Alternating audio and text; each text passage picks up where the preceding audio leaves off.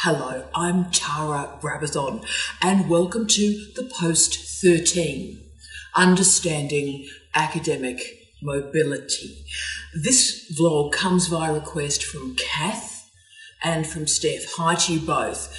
And both of you, and you don't know each other, both of you wanted me to explore with you the challenge, indeed the paradox of our time between COVID immobility and the mobility that's going to be required to make a living, to find a job. How do we mesh that together? So today we're going to explore that. And as you can see, I have a guest. I feel so tall. You're so much taller than me, and this is bizarre. But sorry, I have a guest. Look, we're on a stool, so look, I'm going to fall off this stool shortly. So I have a guest. And of course, you all expected him to arrive at some point. Professor Jamie Quinton. And it seems really appropriate that he's joining us for the Post 13. Be afraid. And it's a great partnership to talk about the nature of academic mobility, because he's had a very complicated and interesting and diverse pathway to his and through his career, as have I, and they're very different. So it is a useful partnership. So we'll introduce Jamie properly in a second, but I need to say to you, we're in an unusual location, obviously, once more, incredibly difficult to film, if I'm honest, but you're joining us once more on our anniversary trip. So our honeymoon, as you might remember, because of course we took the camera on the vlogs in the last series, the honeymoon was at Stewart Island at the base of Aotearoa, New Zealand. Anniversary 1 was Kangaroo Island. Anniversary 2, I haven't missed one, have I? And anniversary 2 was the legendary Norfolk Island. Yes, that was a year ago. And we're here. And where are we? We're in Waiheke Island, just off Auckland. That is from the North Island of Aotearoa, New Zealand. And it is beautiful. It is raining. It is weird, difficult filming conditions, but let's do it like we always do it. And with this view, this incredible view, and you're seeing at least a bit of it on a rainy day in winter in Aotearoa, New Zealand, we wanted to talk about academic mobility and its gifts to academics, its gifts to students. But I also wanted to talk about the challenges. And that's going to matter a lot, I think, in the next 2 to 5 to 10 years. So Jamie Quinton is the Professor of Natural Sciences and the Head of School of Natural Sciences at Massey University in Aotearoa, New Zealand. He completed his qualifications in Australia and completed a postdoc in the United States of America. He then, after that postdoc, returned back to Australia, and he moved from a lectureship right the way through to a professorship at an Australian university, Flinders University, and he moved to Aotearoa, New Zealand to become a head of school. So it's a very interesting narrative. Now, I've worked in 9 universities in 4 countries. It's been a dream, it's been a blessing. I've met some fantastic people. It's also been a living nightmare. So therefore, I wanted to talk with Jamie about his view, his vista of academic mobility. And the question 1, Jamie, comes to you about the nature of science and scientists. There is an expectation that after a PhD student in science graduates, that they go into the world and they enact a postdoc. Now, you went from Australia and an Australian PhD to a postdoc in the States. Can you tell us about that movement, which was, what, 21 years ago, 22 years ago? Yeah. Hi, everyone. Hi to our friends around the world. Hi to Massey colleagues. So in finishing a PhD and then having the expectation of going around the world, that was a conversation that was had with me when I was a PhD student through a number of people. They basically said to me, you know, it's important that you learn that there's more than one way of doing things. And I guess, you know, in the sciences, you and I in particular, Tara, we've talked about how scientists focus on methodology. But when you talk about epistemology and ontology and how you frame problems and so on, I think that's one of the ways in which there's a bit of a makeup for that lack of training is you need to go to lots of places. You need to experience lots of different approaches, different ways of doing things. Different labs. Different labs, yeah. Different supervisory styles, different dynamics of groups of people, all of those things that are not explicitly focused on in the sciences, but they tend to happen through experience, if you like. So it emerges as an experiential ideology, if you like. So methodology through experiential ideology. While we're talking about an expectation of mobility, yes. So that's interesting, because I think that might vary from place to place around the world.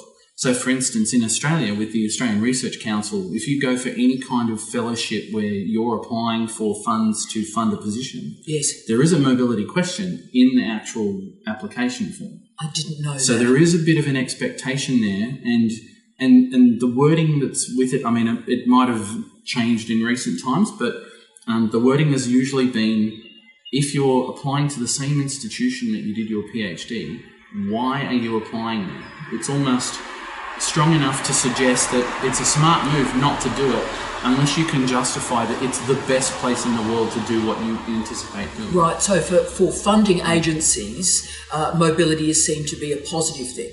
And that's great. So we start there, but if we can move to the second question, which I think for Kath and Steph was the greater concern. What happens after the postdoc? So what's happening at the moment for all the students out there high is that the postdoc, the singular, the postdoc, is becoming a permadoc. And so students, colleagues, academics are bouncing from postdoc to postdoc to postdoc for 10, nay 15 years, nay a career. So you didn't do that, but could you tell us about the challenges involved when you, how do we explain this, transitioned out of a postdoc and into an academic career? It looks seamless backwards, as they always do. Could you tell us about that liminal period? So you've done the postdoc and then you return to Australia and then an academic post appears. Tell us about that period. There's an interregnum between there. There certainly is an interregnum. So even though you said looking backwards, it looks like it's seamless, it really wasn't. So the postdoc had its pandemic equivalent. It had the September 11 event and the post-September 11 climate and environment I found myself in. So when I started my postdoc, I had a pretty clear picture of what I wanted to do. Right, I wanted to be an academic because by that point, when I was doing my postdoc, I understood that I really did enjoy teaching and research, and I did want to have an academic career, because in the academic career, you have enough intellectual freedom that you can have some degree of autonomy over what you pursue. Whereas colleagues of mine who did their PhDs and went off and didn't do postdocs, they went into industry or they got positions doing something where they used the skills they got from their PhD for employment, they lost all their academic freedom. Right? It was all about the company, whatever the company's business is, you're part of the company and that's what you do. Yeah. So that didn't really appeal to me. But in the postdoc, my plan was the postdoc was going to be a stepping stone along the pathway. So I kind of had a plan for what I was going to do when I finished the postdoc. It's just that plan was disrupted by September 11 and I had to enact different tactics to try and keep moving and keep putting that plan into action. Yeah. Now, what happened was I made a decision to support my family and move back to Australia before the postdoc was due to finish, but I made an agreement with my professor that I would gather the data to cover the investigation that I was hired to do, yes, do the right thing by him, go back to Australia and publish the papers. And I actually thought that disruption was going to be, a critical hit, was going to actually stop my career. Yes. But I made good. I did what I promised I would do. And then I tried a different pathway to try and get into academia, which was to basically scavenge what I could. I went back to the university where I did my PhD. I was fortunate, I guess, in the sense that my PhD supervisor was going on sabbatical, and I want to talk about sabbatical in a little bit later. But so I was his very first student, so I had the experience of all of the people he knew from his group of people that I could, caretake. So I did that part-time, and then I got some part-time academic roles, lecturing, tutoring, and so on. And that kept things moving along. That kept me engaged in teaching and research. I got to do a little bit of leadership in there and leading others and supervising others. And then when the academic role came up, I was in a position where I could apply for it and have some confidence. And then that was that moment where I went from being a postdoc, and you mentioned the postdoc after postdoc after postdoc. In the sciences, that's where the precariat truly is. And that precariousness is now sort of overlapping and ebbing into academic life. And you've heard me say we're all the precariat now. That's right, yeah. 20 years ago, that was where the class division existed. You applied for academic positions. There were lots of fixed-term appointments, convertible appointments, tenure track, if you like. Yeah. But there were very few continuing ones. That's right.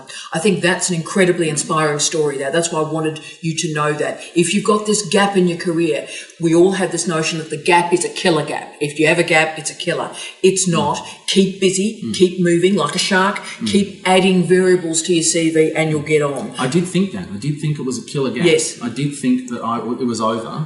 Yeah.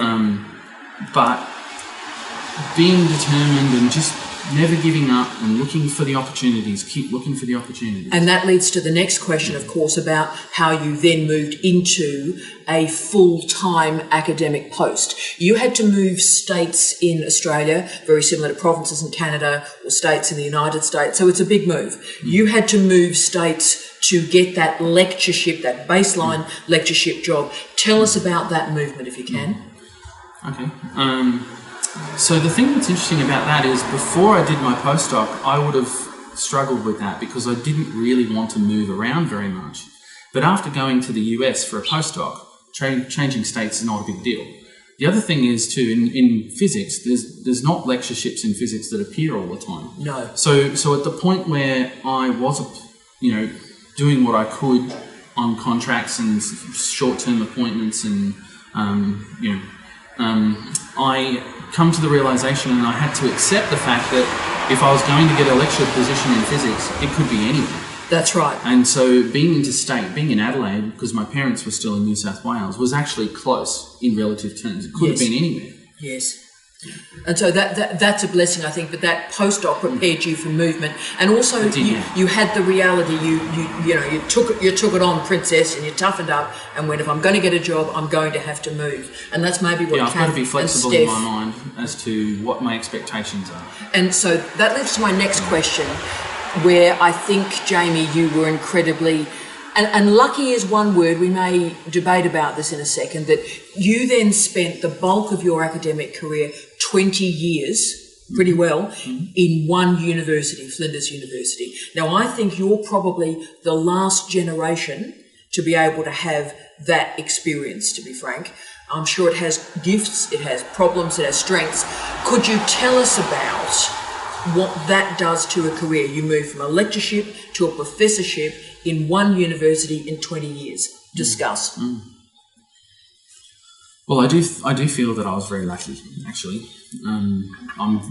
Absolutely, on more than one occasion, do I feel like I'm lucky. Having 20 years in one location is a challenge, because everybody wants stability, right? You get the continuing permanent position, and you've got tenure, and it's actually a good thing, and you feel safer than you do when you're on contracts and fixed term appointments, particularly when they're short term and they're always renewed and so on. And I think in modern times, I agree. Even a tenure. What does tenure mean in 2022? But I still think it's better to be on a tenured position than be on a fixed term appointment, particularly a rolling one, because you could lose your opportunities in any moment. Yeah. There's also though the reality that you know it's going to end too. So that has you expect the worst and it happens. With tenure, it gives you this false sense of security. Yeah, having a permanent position definitely creates a false sense of security.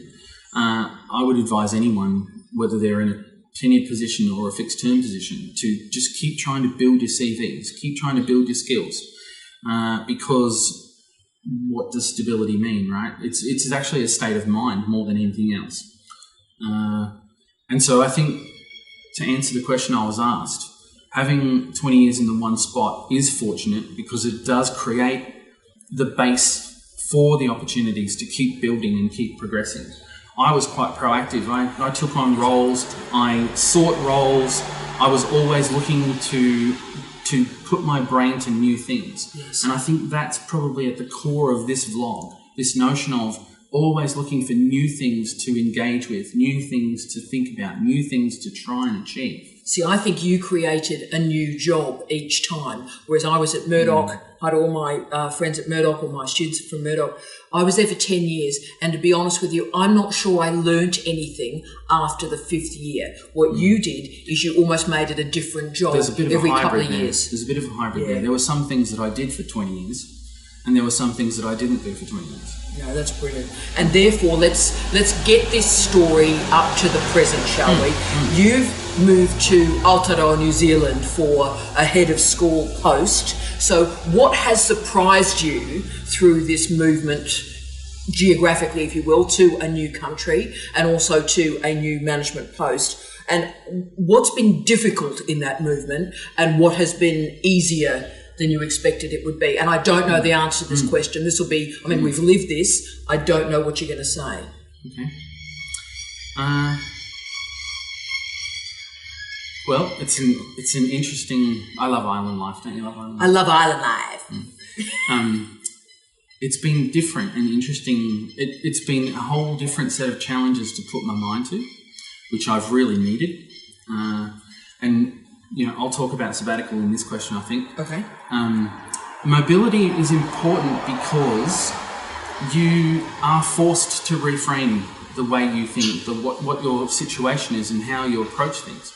How many times in your academic life have you sat in the same place thinking the same thoughts, and then you get up and you walk out and you go somewhere? You might go get a cup of coffee, or you might go for a walk, and you find that you're able to think differently because you've changed your environment. Right? So in coming to another country, that has happened. It happens automatically. Now, as being a head of school is interesting because then you have to not just take on board your own ideas and your own reality, but you actually need to care about all of the people in your care. So that's been interesting. It's been interesting to meet a whole, well, it's almost as large as a faculty of staff. Yes, both professional and academic staff. There's lots of mobility and postdoc stories among those, right? There are people with experiences, international experiences, people who've immigrated, but there's a large number of them who haven't. Yes. And it's really interesting because most of them have been at Massey for quite a while. Yes. And I see the same kind of trajectory, the same limitations in thinking imposed by a lack of mobility. And so that's why I think sabbatical matters. So for the academics, for the senior academics or the mid-career academics, when you earn the right to have a sabbatical, that's where you have the opportunity to travel, to go to somewhere different, to even focus on one or two investigations that you wouldn't be thinking about or you wouldn't have the resources to tackle where you normally spend your time. Yes, that's important, that's powerful. So there is that shock of movement, Jamie, that you've talked about there. Are there any horrific bits of the shock that you would like to share? So that's been quite a benevolent story. We've moved and these great things have happened. Anything that's been a bit horrific for you that was a shock that you weren't expecting, or has it been reasonably pleasant? So academically, overall, it's been pleasant. The shocking part is just the things that you take for granted, right? So one of the reasons we don't become mobile is because we're very well familiar with our surroundings. We know how to get by and do the basic living tasks from day to day. But in picking up and moving and starting something brand new, you have to transition, and the transition is the thing that no one thinks about. Yeah, and we have been, for example, as a lot of you know, because the posts have shown these locations, we've been in temporary locations for about 4 months, and that's challenging. So there's, the health issues, you haven't got a doctor, you can't find a chemist. If anything goes wrong, you're pretty well, I believe the technical phrase is stuffed. So if anything goes wrong, so you've got to hope that everything's all right in this environment. So as we're moving to the end of this conversation, could you maybe offer a more general commentary, if you can, about the value of academics moving around the world? Well, in biology, we talk about biodiversity. We talk about habitat. We talk about the more diverse or diversity you have in the species that are present in the dynamics that take place in the environment. The more enriching the overall experiences and the more that community thrives. Yes. If we think about academia as a community, we need that diversity. Now, you can have diversity in one of two ways. You can have people coming and going, or you can have people who are the basic workforce, but they get a diversity of experiences. Beautiful. So the mobility is important to make that happen. Yes. We're reaching the end of the question. I did want to log in once more the negative question, because I didn't expect it to be this positive, to be frank, because my experience of movement is not as positive as Jamie's is, which is interesting, I think. But can I just push you on what the cost is of moving? What is the... It is hard. If I can just put in too, you're away from your family and you lose your friendship group. So 99.9999% of my friends are not where I am living, right? So that's a profound cost. It is. So, you have disruptions to your support groups and the way in which you're used to operating. But in a post-COVID world where we live in a digital environment more and more, that's not a binary challenge anymore, right? No. Our support base are you guys, people we talk to online. But yes, not having an ongoing doctor. The cost is quite substantial. There's a personal cost. It's not cheap to do it. It costs time, it costs energy, it costs money, and it's really an investment. You've got to invest in yourself. So something I didn't say earlier was I was surprised at how well my experience and my skill set were mappable into this role. I'm very grateful for the experiences that I got, the roles that I took, my knowledge and experience and my ongoing efforts to keep building them as a strategy that has paid off. When you take on a head of school role, you become acutely aware of what you don't know, more than anything else, and it happens really quickly. And there's a courage there, I think, with Jamie. I mean, I moved around and I had to move back to Australia, actually, from England after 10 years for a head of school role. And it takes a lot of courage. I think you work out who you are, the rubber meets the road every day, right? The things that you think that you expect are going to happen, you can't expect anymore. So it's an incredibly empowering, frightening in equal measure, I think. So if I backward map that for you to be able to forward map that, nice. You have to be able to back yourself. And then the question is, what do you need to do now to be able to back yourself more tomorrow than you can right now? And that's the strategy you need to focus on. Jamie, thank you. And our last question, because as you might hear around us, they're about to open the hotel for breakfast. So I will ask the final question for Steph, for Kath, for everybody out there that are trying to get in work. Okay, they're doing tutoring, we're doing part-time casualised work, I get that, and are thinking, right, well, mobility post-COVID is the answer. What would you recommend? I think your point about backward mapping, what's your skill set now? What are you going to need? And start to develop that skill. That's crucial. That's brilliant. Anything else you'd say? Yeah, I would say don't get bogged down. Don't live inside the box. The moment you accept that, this is my lot, this is the way it's going to be, that's the moment you're actually beaten. That's the moment your academic creativity, your freedom, you're surrendering it. It's not taken from you. You're giving it up. So the courage, the resilience. Gumption. I know we hate that word. Can I use gumption? I love the word gumption. Right, let's go with gumption. Gumption. It stems from, no pun intended. It stems from making sure that you're always seeking new experiences, new ways of doing things, new opportunities. So fight for sabbatical. If sabbatical is an opportunity for you to get away, right? It's for a mid-career researcher or a senior researcher, it's equivalent to a whole postdoc on its own, because you know what you're doing. You can do as much in 6 months as you could in a 2-year postdoc. Yeah. But in a complex world, there's lots of different ways of doing it. You can do it virtually, you can do it physically. Through publications? Yep. Publish in a different journal. Publish with different groups. You've managed to, as you've moved, keep the lab and publishing connections as you've moved, which is brilliant. Can I also say, just for people out there, that sabbatical is beyond what they can ever imagine. This is my 30th year in academic life, and I've never had a sabbatical. Okay, so I've taught and researched every week of my academic life. So I've had to create mobility in a different way. So we've done well. We apologise for all the interesting noises. We'll try and manage the wind the best we can, but it was worth it to bring you this alternative location, another island to add to your vista as we talk about academic mobility. Jamie, thank you. Thank you. Happy anniversary. Happy anniversary, Damien. And we wish you all love, light and peace. Light and peace. You're faster than I am, but you often are. See you soon. Bye. Yeah.